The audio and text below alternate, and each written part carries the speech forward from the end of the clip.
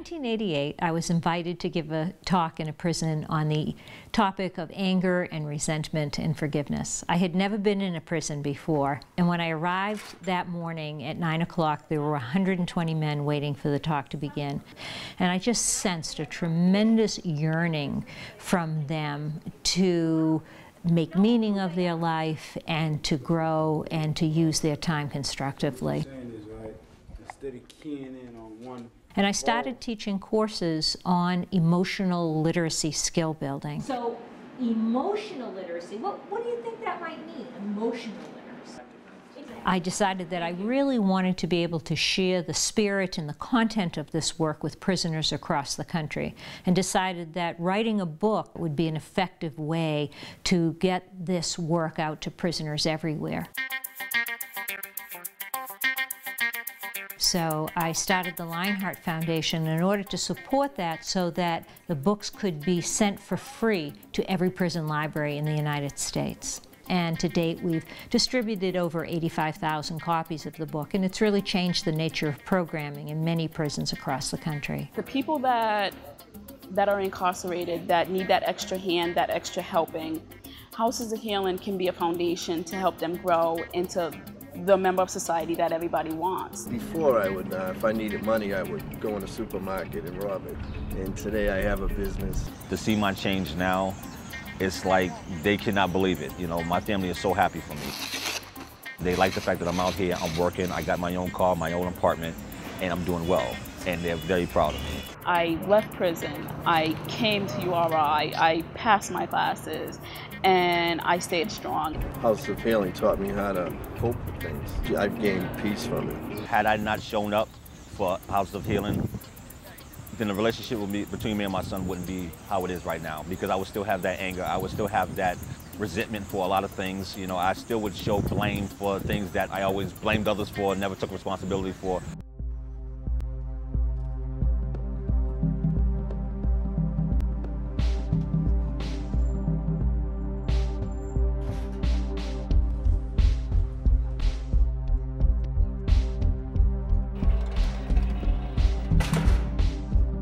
After Houses of Healing was in distribution for a few years, more and more people who worked with highly at-risk adolescents started to come to us saying, we need an adolescent version of this emotional literacy curriculum for this highly at-risk population. And I joined forces with my niece, Bethany Kasarjan, who had been working with the highly at-risk adolescent population, to write the book Power Source.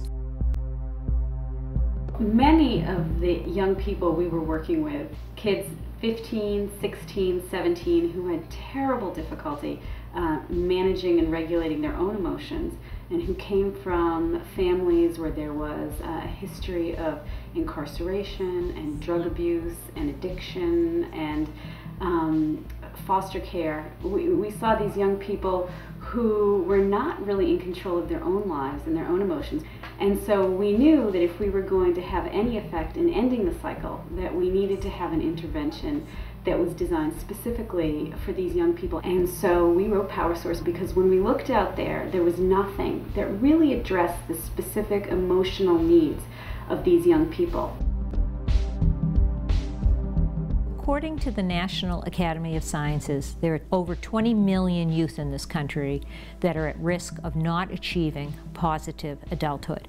And what that basically means is 20 million teens who may not be able to become productive citizens, many of them on a trajectory into the criminal justice system, which oftentimes becomes self-perpetuating, and it means that they won't function as responsible, mature adults in the world. Didn't have much growing up. I mean, grew up in the projects, and it was just hard for us. My mom was real abusive. My dad went to jail. Single mother that was on drugs. Sometimes we felt like she really didn't want us. When I turned 15, that's when I got pregnant. And my mom couldn't pay the bills because she was so heavily into drugs, so we got homeless. Going to lockup. I was locked up for a long period of my youth. Having worked in at-risk education since 1968, I want to say that this book is the strongest contribution to saving lives. It really took young people who were the highest risk, who were at the highest risk from everything, and really got them to sit still for a while. And I don't think that I've ever seen anything like that ever. And I brag about this all the time. I say, Power Source is the way to go with these young people. There is nothing of its kind in the country, period. I mean, there are 8 zillion educational videos, and there are books, and there are courses and all these things, but I have never seen anything that I think is as clear and as simple as Power Source. I see what it does. I see it every day, how it works, how it stops a lot of the pain so that a kid can look at the risk behavior pattern and say, hey, there is a way out. This is my manual for survival. That's what the kid can say. We have 15,000 books. This is, if I had to prioritize the books on our list, this would be the #1. Even for a young person that doesn't understand or cannot read, this book is powerful. And they want to learn how to read because of this book. The 5,000 kids that come in every year get to look at Power Source, and one by one, they get to really interrupt the cycle of despair that emerges from a lost childhood. They are then able to develop the skills for living in the world. If I was to tell you why you should support this, it's because you're saving young people's lives. I'm so strong right now, like nothing can destroy me. That's how I feel. It's all behind me, and I have nothing but opportunity in front of me to do great things with myself, and I know I will.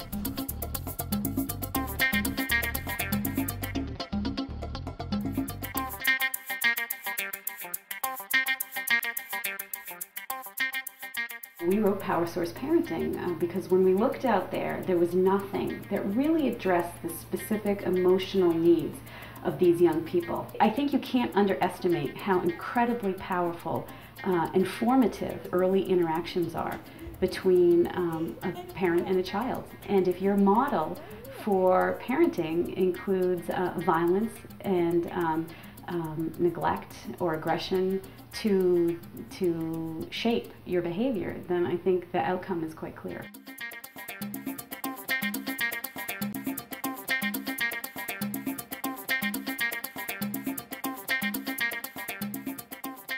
A vast amount of our resources are given away for free. Probably about 80% of those in circulation have been donated to programs all across the country.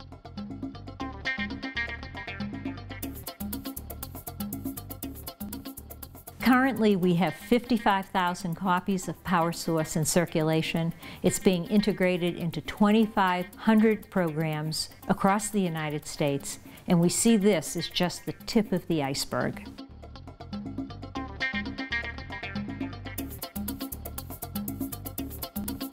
If you can go to the root cause of a problem and deal with it there before it amplifies exponentially into all kinds of social costs, then you're doing something truly significant. I think that what Lionheart is doing is perhaps one of the most significant, important social ventures that I'm aware of in this country. This is sort of part of a larger, more exciting restorative justice movement. And Robin's work is achieving increasing recognition. She's being invited by corrections authorities to come and train their staffs. We're very pleased with the investment we've made in the Lionheart Foundation with their Power Source program, and extremely proud of what they've accomplished. At any moment, from the good hearts of people, something can arise that completely changes our society. And I think Lionheart has not only the capacity to do that, it has the track record, it has the proof. It has changed so many people and changed so many families.